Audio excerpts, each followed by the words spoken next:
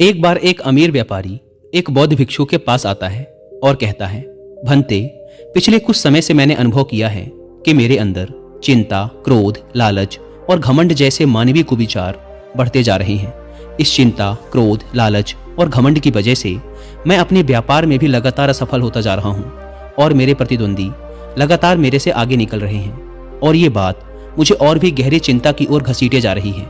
मैंने बहुत प्रयास किया, लेकिन मैं चिंता, क्रोध, घमंड और लालच करने की अपनी आदतों को छोड़ नहीं पा रहा हूँ।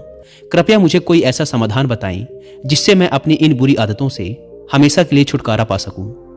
बौद्ध भिक्षु ने उस अमीर व्यापारी की बात पूरे ध्यान से सुनी और फिर कहा, उससे पहले कि मैं तुम्हें तुम्हारी समस्या का समाधान बताऊं, मैं तुम्हें एक कहानी सुनाना चाहता हूं। ध्यान से सुनना। एक सम्राट के पास 4 घोड़े थे। वो चारों घोड़े कद काठी से बहुत ही मजबूत और देखने में बहुत ही सुंदर थे। इसीलिए सम्राट उन चारों घोड़ों से बहुत ही प्रेम करता था। लेकिन सम्राट की समस्या ये थी कि वो चारों ही घोड़े बहुत ही उद्दंड थे। वो किसी भी प्रकार से घुड़सवारी के लिए प्रशिक्षित नहीं थे। सम्राट उन घोड़ों को प्रशिक्षित करवाना चाहता था ताकि उनकी सुंदरता में 4 चांद लग जाएं। लेकिन सम्राट अब तक असफल रहा था, क्योंकि जो भी प्रशिक्षक उनकी पीठ पर बैठता वो उसे पीठ से गिराकर अपने पैरों से बुरी तरह घायल कर देते। और क्योंकि वो सम्राट के प्रिय घोड़े थे, इसलिए सम्राट का सख्त आदेश था कि कोई भी प्रशिक्षक उन घोड़ों को मार पीट कर प्रशिक्षित नहीं करेगा। इसीलिए अब तक सभी प्रशिक्षक असफल रहे थे।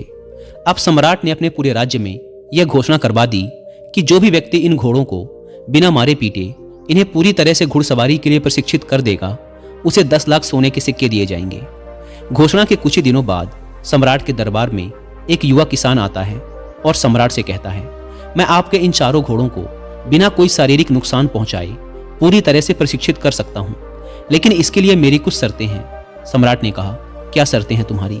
किसान ने कहा, मुझे इन घोड़ों को प्रशिक्षित करने के लिए 1 वर्ष का समय चाहिए और साथ ही इन घोड़ों की देखरेख व खिलाने पिलाने की सारी जिम्मेदारी मुझे दे दी जाए और मेरे रहने की व्यवस्था भी इन घोड़ों के साथ ही कर दी जाए। सम्राट ने कहा, ठीक है, तुम्हारी सारी शर्तें मान्य होंगी। तुम कल से इन घोड़ों को प्रशिक्षित कर सकते हो। अगले दिन सुबह होते ही वह किसान उन चारों घोड़ों को एक बड़े से बाड़े में ले जाकर खुला छोड़ देता है और खुद बाड़े के चारों तरफ दौड़ना शुरू कर देता है। थोड़ी देर तक दौड़ भाग करने के बाद वह उन घोड़ों को अपने हाथों से चारा खिलाता है, पानी पिलाता है और खुद भी भोजन करके उसी बाड़े में लेट जाता है। घोड़े अब भी उसी बाड़े के अंदर स्वतंत्र घूम रहे थे। कोई भी घोड़ा रस्सी से बंधा हुआ नहीं था। जैसे ही शाम होती है वह उठता है और फिर बाड़े के चारों तरफ भागना शुरू कर देता है। वह जब दौड़ता था तो घोड़े भी उससे डर कर इधर उधर भागते थे। जब रात हो गई तो वह घोड़ों को खिला पिलाकर रस्सी से बांध देता है और खुद भी उन्हीं के पास सो जाता है। सुबह होते ही वह किसान फिर उन घोड़ों को बाड़े में ले जाकर खुला छोड़ देता है और खुद बाड़े के चारों तरफ दौड़ने लगता है। घोड़े भी इधर उधर भागने लगते हैं। अब यही उसका रोज का नियम बन गया। वह किसान रोज दिन भर घोड़ों को खुला रखता, उन्हें नहलाता, खिलाता पिलाता, प्यार से पुचकारता, उनके साथ खेलता और फिर रात होती तो उन्हीं के साथ सो जाता। धीरे धीरे घोड़े भी उस किसान के साथ घुलने मिलने लगे।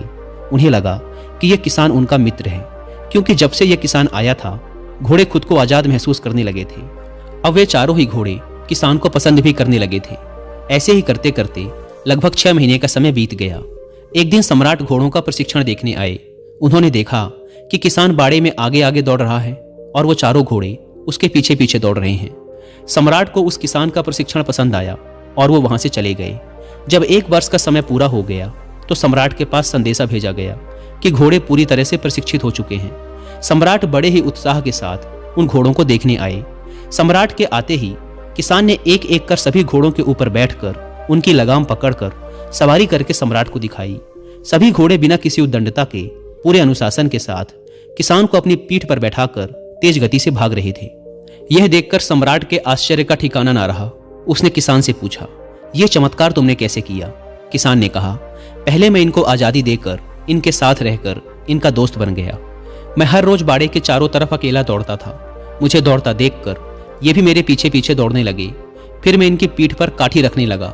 शुरू में तो ये काठी को गिरा देते थे, लेकिन धीरे धीरे ये काठी को पीठ पर रखकर दौड़ने लगे।